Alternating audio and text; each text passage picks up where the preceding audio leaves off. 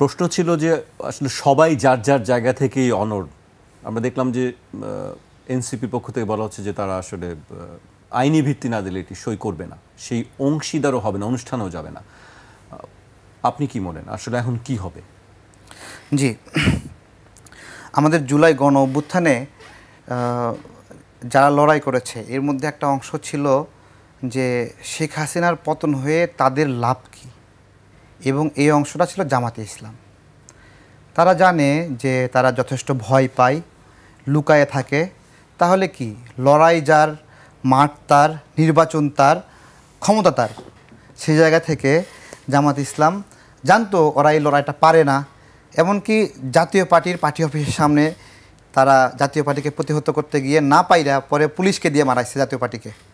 তো এটা হলো জামাত ইসলামের একটা কোয়ালিটি, তাদের একটা লেভেল, যে তারা এই লেভেলের লড়াই। ঠিক আছে, জামাত ইসলাম পুলিশ দিয়ে পিটিয়েছে আপনি বলছেন? জামাত ইসলাম পুলিশ দিয়ে পিটিয়েছে, আমাদের কাছে ইনফরমেশন আছে। ঠিক আছে, তো এটা জামাত ইসলাম নিজে রং লাগাইতে চায়নি, এই জন্য যে এখন দেখবেন গত 6 মাসে ওরা আওয়ামী লীগের বিরুদ্ধে কোনো বড় বক্তব্য দেয়নি। কেন দেয় না? কারণ তারা আওয়ামী লীগ থেকে কিছু একটা চায়। সেটা কি চায়? সেই জন্যই এমনিতে বলতেছে, অনেক কিছু বলছে, তো ভিতরে ভিতরে চেষ্টা করছে তাদেরকে বাইরে রাখার জন্য। তাদেরকে বাইরে রাখবে কিন্তু তাদের ভালোবাসবে, এইরকম একটা সিদ্ধান্ত তারা নিয়েছে।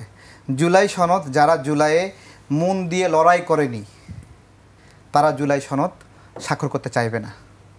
যাদের এনসিপি কি মন দিয়ে লড়াই করেনি আপনি তাই বলতে চাচ্ছেন? আরে বাবা, এই যে এনসিপির যারা তাকে জাতিসংঘের প্রোগ্রামে নিয়ে গেল ডক্টর ইউনূস, যারা আমাদের গণ অভ্যুত্থানের কেউ নাকি কোনো জায়গায় সে আন্দোলন করছে, কই থেকে আসলো? সেলিব্রিটি নিয়ে এসে জুলাইয়ের মালিক বানাই দিয়েছে তাকে। ডক্টর ইউনূস নিজেও তো এই জুলাইয়ের কেউ না, সে আমাদের জুলাইয়ের জন্য কোনো স্টেটমেন্ট দিয়েছে? সে হয়ে গেছে। এখন যে যেই রকম সে বাছাই করতেছে ওই কোয়ালিটি। ঠিক আছে, আমাদের এটাই আফসোস ছিল যে আমাদের এই জুলাইটা আমরা যারা লড়াই করছি আমাদের মতো করে এটাকে সাজায় রাখতে পারলাম না। একটা অংশ লুটপাট, একটা অংশ মামলা বাণিজ্য, একটা অংশ মানে মানুষের কষ্ট দিয়ে টাকা আয় করা, এই সব কিছু মিলিয়ে জুলাই আমার গর্ব সৃষ্টি করে না কেন? কারণ আমি এটা বইলা যখন বলতেছি তখন আমার মতো আরও অনেকে এটাকে মিসইউজ করে অর্থ সম্পদের মালিক হয়েছে, মানুষের কষ্ট দিচ্ছে, তাই এটার পরিচয় দিতে আমার কষ্ট লাগে। এরপরেও আমি জুলাই সনদে স্বাক্ষর করব, কারণ এটা আমার লড়াই। যে স্বাক্ষর করবে না তার লড়াই ছিল না এটা। এবং সে নানাভাবে আমাদের এই লড়াইটা তো আমাদের এই যে গণ অভ্যুত্থান লড়াই, এগুলো কি কোনো গণভোটের জন্য হয়েছে? কোনো গণভোটের জন্য হয়েছে? প্রধানমন্ত্রীর মেয়াদ 3 বছর থাকবে না 2 বছর থাকবে, সেই জন্য আমরা এই লড়াই করছি।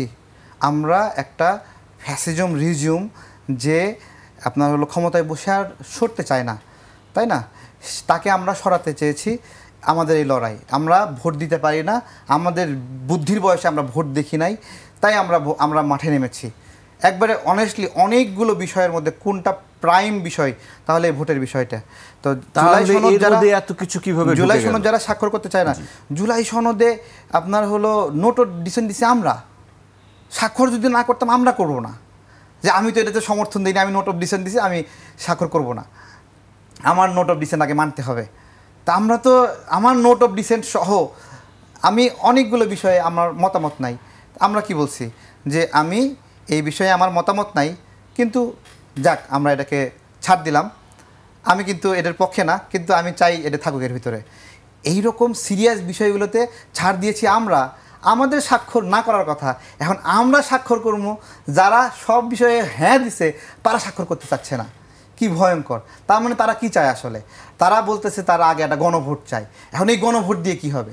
আপনারা মনে করতেছেন গণভোট হলো হ্যাঁ এবং না, জুলাই সনদ হ্যাঁ এবং না, কিন্তু ওরা বলতেছে এই গণভোটের মাধ্যমে ওরা বিএনপিকে হারাতে চায়। কিন্তু বিএনপি তো গণভোটের পক্ষে। বিএনপিকে কীভাবে হারাতে চায়? এই গণভোটের মধ্যে তারা অনেকগুলো নোট অফ ডিসেন্ট আছে, ওইগুলোতে তারা হলো বলতেছে এগুলোতে হ্যাঁ না হবে, এবং এগুলো জনগণের পক্ষে না বিপক্ষে। তার মানে ওরা জুলাইয়ের পক্ষের শক্তিকে অনেকগুলো ভাগে ভাগ করে নিজেদের মধ্যে লড়াই করাতে চায়। সেটা তো ভারতের উদ্দেশ্য সাধন করতেছে। ভারত তো চায় যে জুলাইয়ের শক্তিগুলো পরস্পর বিবাদে লিপ্ত হোক। যদি একটা গণভোট এইরকম হয়, জামাত বিএনপি পরস্পর বিপরীত এবং তারা পরস্পর ক্যাম্পেইন করবে এই গণভোটে তাদের মতো করে মত নেওয়ার জন্য, এবং তাদের ভিন্ন ভিন্ন মতকে তারা ভিন্ন ভিন্নভাবে ভোট চাবে, তাহলে তো দেশে তো নির্বাচনের আগে আর একটা ফ্যাসাদ লাগে যাবে। জামাত এইরকম একটা মুনাফিক দল যারা এই ফ্যাসাদটা খুব করে চাচ্ছে। আছে এবং যাদের রক্তের গ্রুপের সমস্যা, ইতিহাসের সমস্যা, জন্মের সমস্যা, তারা ন্যাচারালি প্রাকৃতিকভাবে রাজনৈতিকভাবে ওই স্বীকৃতিটা কোনো দিন পাবে না।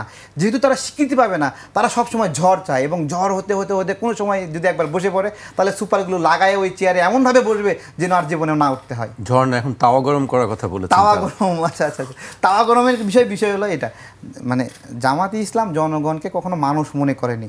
জনগণকে যদি মানুষ মনে করতো তাহলে একটা ঘর থেকে সুন্দরী মেয়েকে পাক বাহিনীর হাতে উঠাই দিত। কোন বাসায় মুক্তিযুদ্ধ আছে, দেশের জন্য যুদ্ধ করতেছে, তার মা বাবাকে দেখাই দিত। এগুলো কে করছে? এগুলো রাজাকাররা করছে না? রাজাকাররা জামাত বলে একটা নতুন একটা গল্প সাজাইছে ফুয়াদ ভাই কয়েকজন। ফুয়াদ ভাইয়ের চেহারাটা দেখলে আমি মনে হয় কপালের মধ্যে চারতারা একটা সিলমারা আছে, সারাক্ষণ মানে মুক্তিযুদ্ধের বিরুদ্ধে বয়ান দেওয়ার চেষ্টা করে।